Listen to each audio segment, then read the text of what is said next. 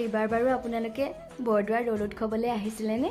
প্ৰতি বছৰে আমি এপাক আহোঁৱেই যিহেতু, সেয়েহে এইবাৰো আহিলোঁ। এইফালে কীৰ্তন ঘৰত ধুনীয়াকৈ সেৱা কৰি উভতি আহিলোঁ আৰু এয়া আমি ভাবিলোঁ অকণমান ঘূৰি আহোঁ, মানে বজাৰৰ ফালে।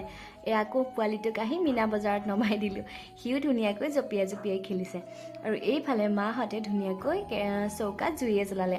দাইল আৰু ভাতটো অলৰেডি হৈয়ে গ'ল, আৰু এইফালে চব্জি আৰু চালাডৰ কাৰণে কিবাকিবি কাটি আছে। আৰু আমিও ভাতৰ অপেক্ষাত এনেকৈ ৰগৰ উলিয়াই উলিয়াই বহি আছোঁ। ভাত তৰকাৰী হৈ যোৱাৰ পাছত খুৰা খুৰীহঁতক আগতীয়াকৈ দি খুৱাই লোৱা হ'ল। তাৰ পাছতে আকৌ আমিও খালোঁ। এইফালে আকৌ মানুহবোৰ ধুনীয়াকৈ আহিছিলে দেই, বহুতখিনি মানুহ হৈছিলে সেইদিনা। আমি ভাত খোৱালে বহুত মানুহ ভৰি গ'ল আমাৰ জেগাখিনিতে। আৰু এইফালে চবৰে চৌকাবোৰ জ্বলি উঠিলে আৰু আমাৰো খাবলৈ হৈ গ'ল। আৰু আমি আটাই মেলি ধুনীয়াকৈ বহি ইয়াতেই খালোঁ। এই ভাত সাজৰ কথা সকলোৱে জানে, বহুতেই সোৱাদ হয় নহয়নে বাৰু? তাৰ পাছতে আমি ভাত পানী খাই এপাক ওলাই গ'লোঁ আৰু কিবাকিবি